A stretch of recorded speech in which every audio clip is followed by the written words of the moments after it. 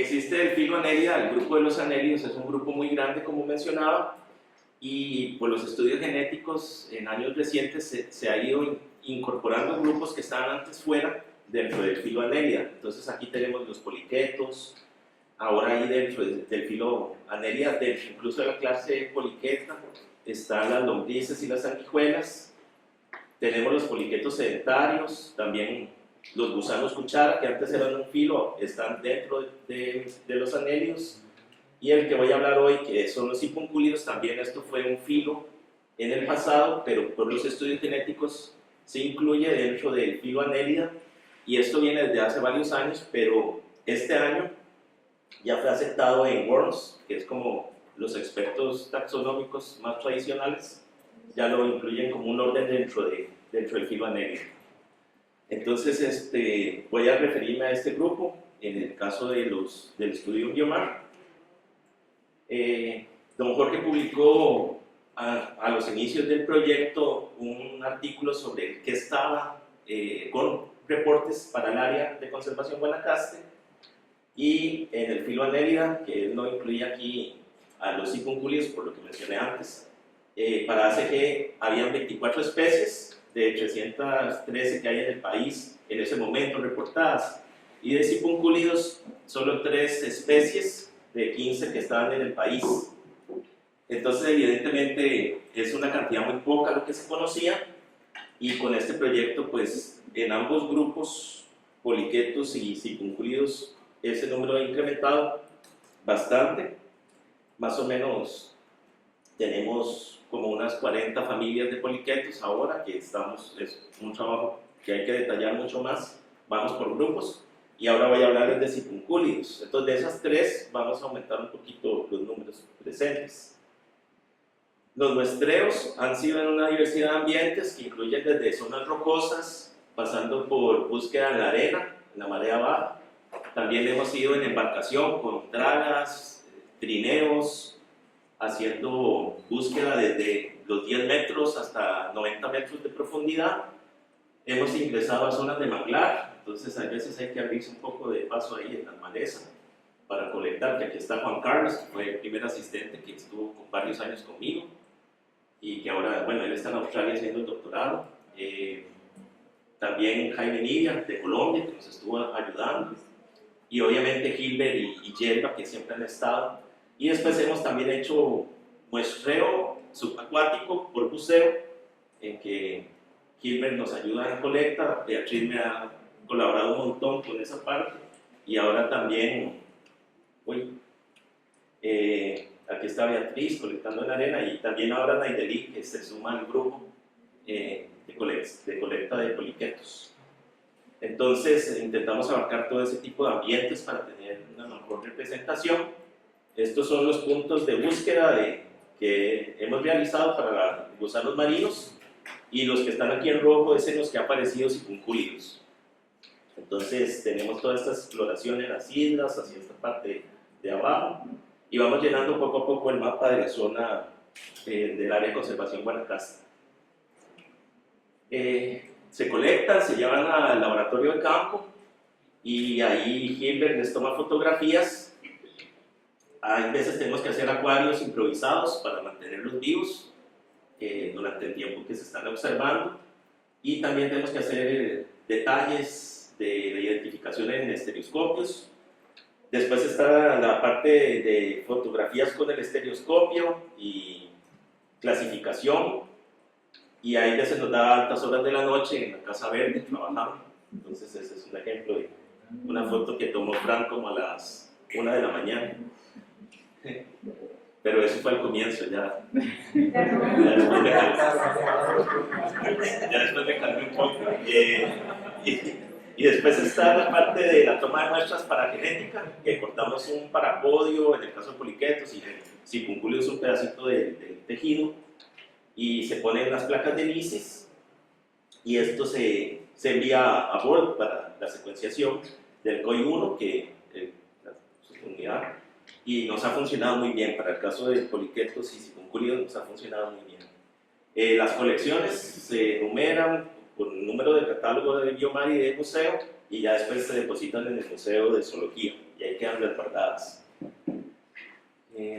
Entonces, en Vault hay herramientas en la página que le permiten a uno generar ciertas estadísticas, entonces yo uso para generar los OTUs que me den una idea de agrupación de los especímenes, y después ya también bajo las secuencias y hago los árboles que me interesan en Mr. Base, y uso math y blocks para mejorar un poco la alineación y curar las secuencias un poco.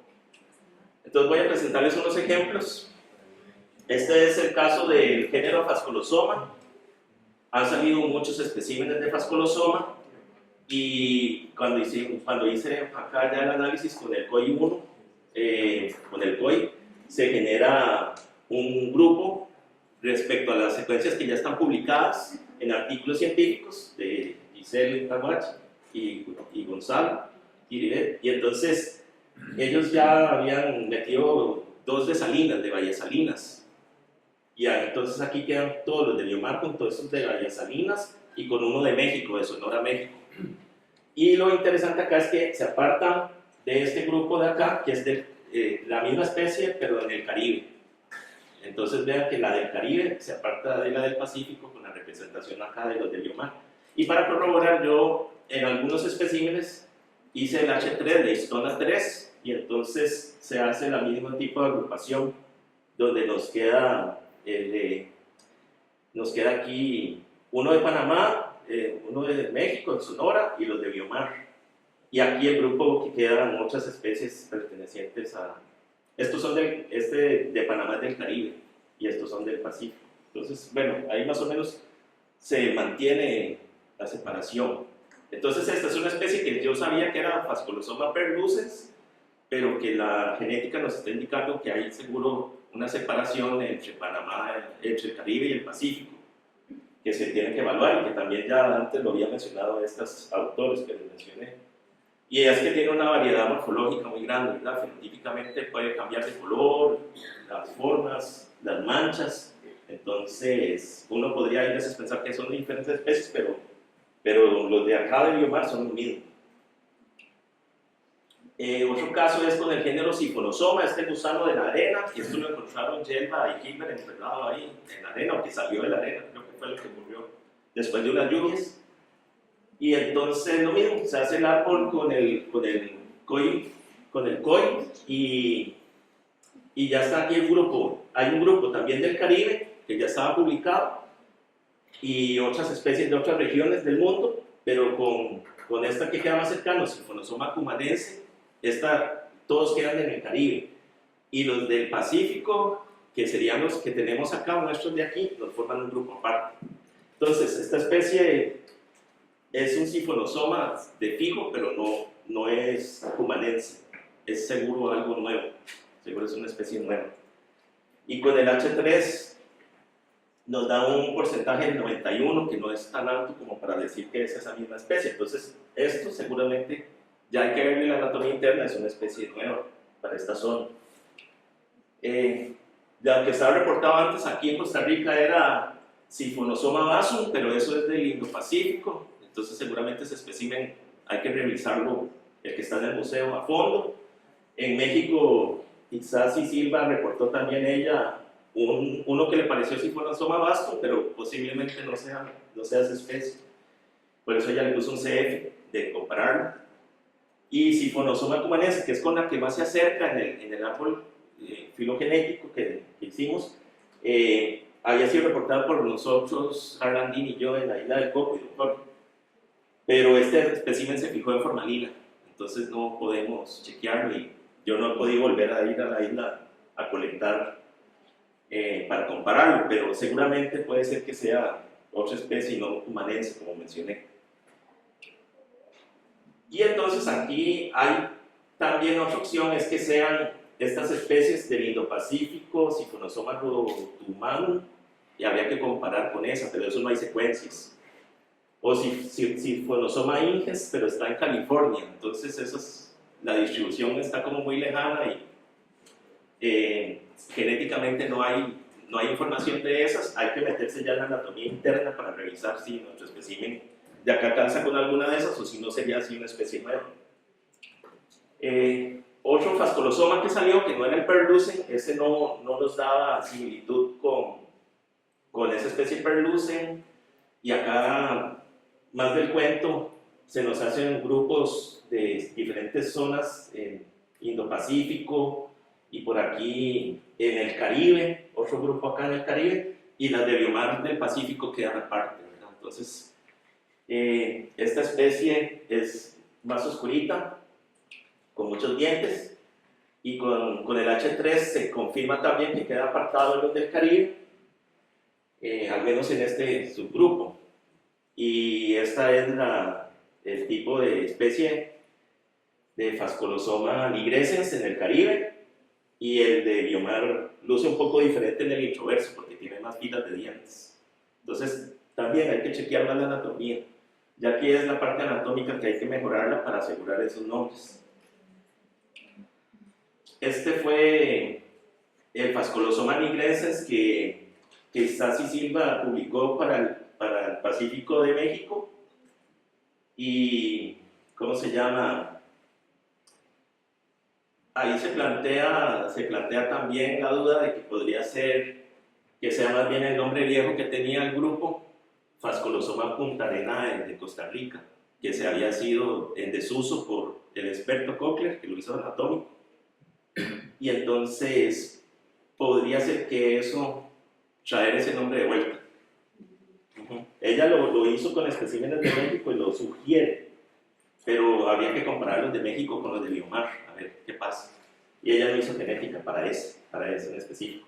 Y acá José Vargas ya había mencionado él a puntarenae como el nombre para los especímenes de Costa Rica, pero menciona eso, que Cochler lo juntó. Y en ese artículo también estaba Cochler, entonces que ellos lo juntaron, pero ellos mencionan que había ese nombre para Costa Rica.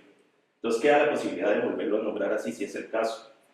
Pero había que resolver con Isasi, porque ya ella lo hizo. Para los de México estaban diciendo que es ese, pero la especie fue descrita aquí en Costa Rica, si se usa ese nombre. Y acá Xenosiphon branchiatum nos dio qué era eso, y anatómicamente y por el BLAST da total identificación de esa especie sin ningún problema.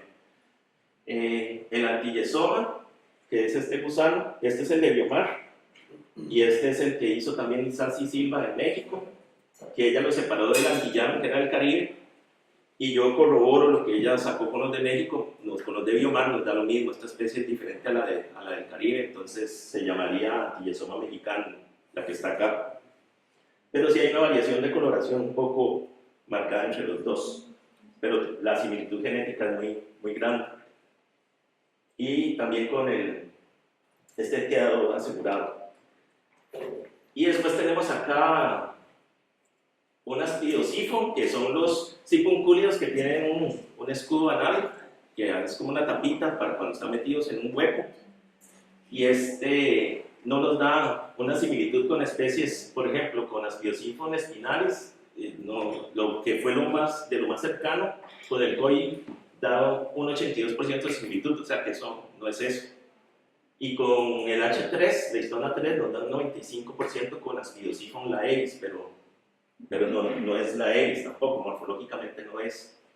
Entonces seguramente ahí hay que indagar más, podría ser también una especie nueva o que no tiene datos genéticos hasta el momento, de las que estén reportadas. Y después sipuncúlidos del género Sipúnculus, pero no es Sipúnculus nudus, nos da la similitud genética por el BLAST muy baja, como para que caiga dentro de Sipúnculus nudus. Entonces seguramente es otra especie de Sipúnculus que no está secuenciada o que no está del todo, es nueva. Hay que abrirlo, contarle las bandas musculares y revisar eso para ver si es posible hacer una descripción ya anatómica del grupo. Y ya se acabó. Y aquí hay otros que salieron y nada más digo aquí como datos de lo que acabo de hablar. Esta tablita es el resumen, que hay que revisar más y que aún así se aseguraron. Y quería agradecer nada más a Gilbert por las fotos, Yelda, Beatriz por todo el trabajo, Adriano Maña me ayudó también con lo del BLAST al comienzo, y todos ustedes que han apoyado.